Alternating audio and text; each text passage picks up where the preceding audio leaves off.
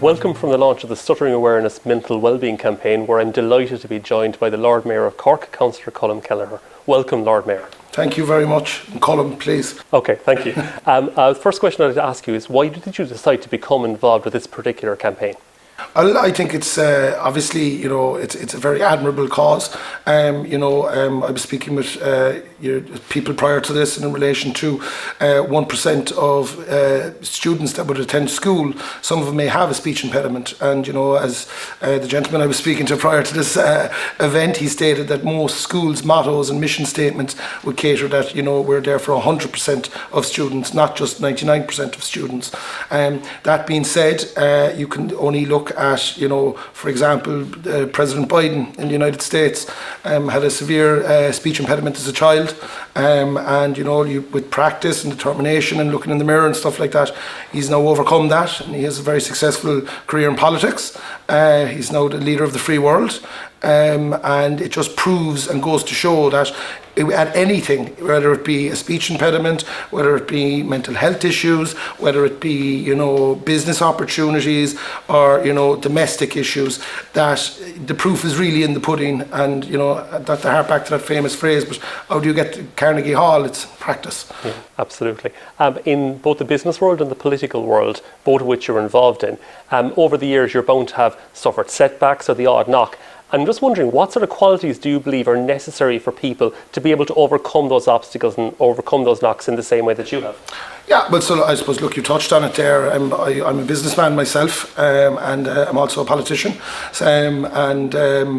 Sometimes they are polar opposites in relation to how you would approach a situation. In business, I would be a very, and some people would disagree with me, but I'd be a linear thinker. I'd see a problem, I'd see a solution, and I'd, cut through everything to get to it. You can't apply that same logic in politics. You have to meet in the middle, because obviously your opinion may differ substantially from someone else's opinion, and your opinion may not always be right as well. So I'm a firm believer that within politics you have to have a kind of a think outside the box approach, coupled with the linear approach I would have applied in my business world, and try to amalgamate both of them together. But always within politics, there's no use in having someone up here and the other party down here, or vice versa. It should be in the middle. It should be respectful. And if this individual A and individual B have skin in the game, you can meet in the middle to get a result. Great. And do you feel some of those qualities and some of those attributes could be applied by young people who are working to overcome a speech impediment? 100%. Yeah. 100%. It's like, I touched on my linear thinking in relation to business there, and some people, an individual, a boy or a girl may have a speech impediment, and they may be saying, I'm not getting anywhere with it. They could be at home looking in the mirror by night and saying, I'm trying and it's not making a difference. It will make a difference eventually, but it'll just take time. And if they keep at it and they keep, working on it, I've no doubt that they will overcome it. And if solution A doesn't work, they try solution B or solution C. Exactly. And if so the linear thought would be to go from start point to finish, but sometimes that doesn't always work. So that's when you have to think outside the box. And as you touched on, solution A, solution B, C, D, and so forth. Brilliant. So you've almost answered my last question. What advice would you give to young people, or indeed not so young people, who are suffering from mental health issues in general, or more specifically mental health issues associated with stuttering? I suppose, look, mental health issues in general, and in particular within our youth, is a massive problem today. It's very endearing to live in an age where there's so much supports in place, both at a local level, a national level, the European level, and a global level.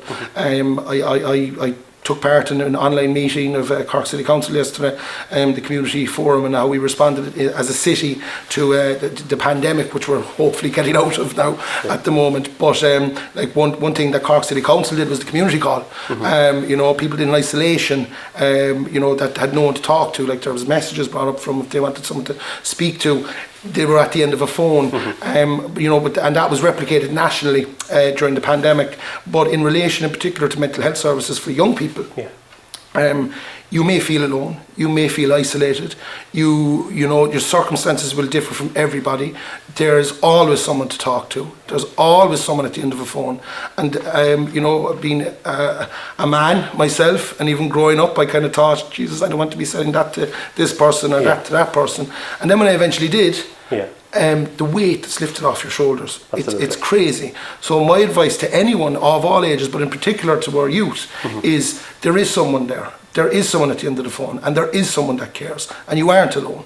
And in relation to the 1%, as I touched on, in relation to our youth that would have a speech impediment, this applies to you as well, and it applies to all of us. There's not 99%, there's 100%. Colm, thank you so very much for that powerful message. Your support is greatly appreciated. No matter, thank you. Thank you.